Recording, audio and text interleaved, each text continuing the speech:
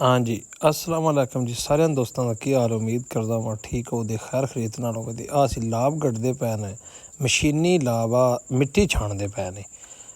छाणी मिट्टी इस हत्थ वाली रेड़िए पा के ये मशीन दे कोल पे लिजांदे ने। असीं खलोते हैं, असीं इहदा मुआयना करन आए बई की चीज़ है, किवें लाभ गढ़ींदी है, लाभों तो बगैर किवें काम होवेगा।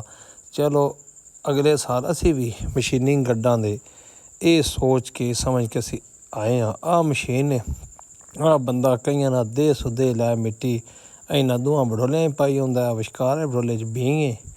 उस्ताद जी ट्रे वेंदे एक एक उत्ते लांदे न, अगे मिट्टी थल्ले पांदी है, फिर उत्ते बीं सटदी है खलार के, फिर उत्ते मिट्टी सटदी है ते ट्रे आराम नाल थल्ले कट छड्डी। ओह् सारे ट्रे भै न। ये लाभ वाली मशीन है जी लाभ गढ़दी पई है।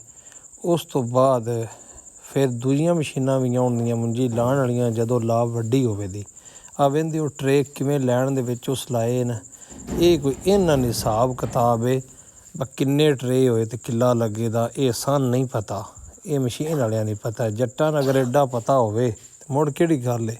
सानूं ते पता भाई किल्ला लाभ दा गढ़िया इन्ने किल्ले लगदी है, बीघा गढ़िया इन्ने किल्ले लगदी है। वेंदे उस्ताद जी सोटी नाल बार बार साफ करदे न, बस थोड़ी थोड़ी मिट्टी सट्टे थल्ले भी ते उत्ते भी। इहदे वास्ते पट्टन दी नहीं लोड़ दस्ती